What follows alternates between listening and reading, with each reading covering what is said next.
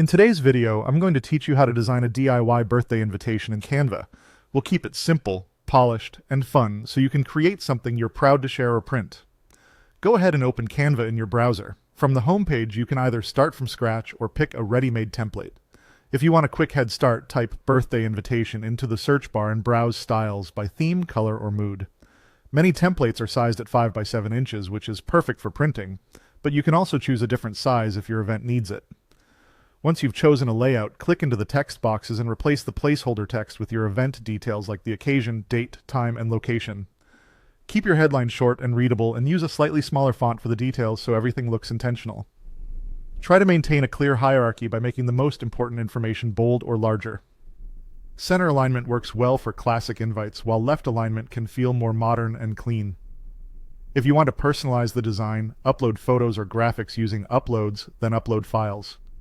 Drag your image into the layout and use the corners to resize. You can crop, adjust brightness, or apply filters to match your theme. Transparent PNGs and high-quality JPGs work best so your design stays crisp. If you're using a photo background, make sure your text has enough contrast to remain easy to read. To add personality, head to Elements and search for stickers, shapes, icons, or confetti.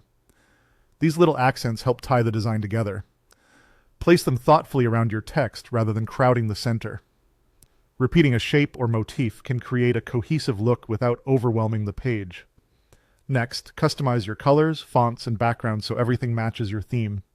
Use 2 to 3 colors for a balanced palette and stick to 1 or 2 font families to keep it consistent.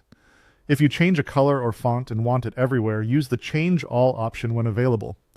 For backgrounds, try a subtle texture or a soft gradient to avoid competing with your text.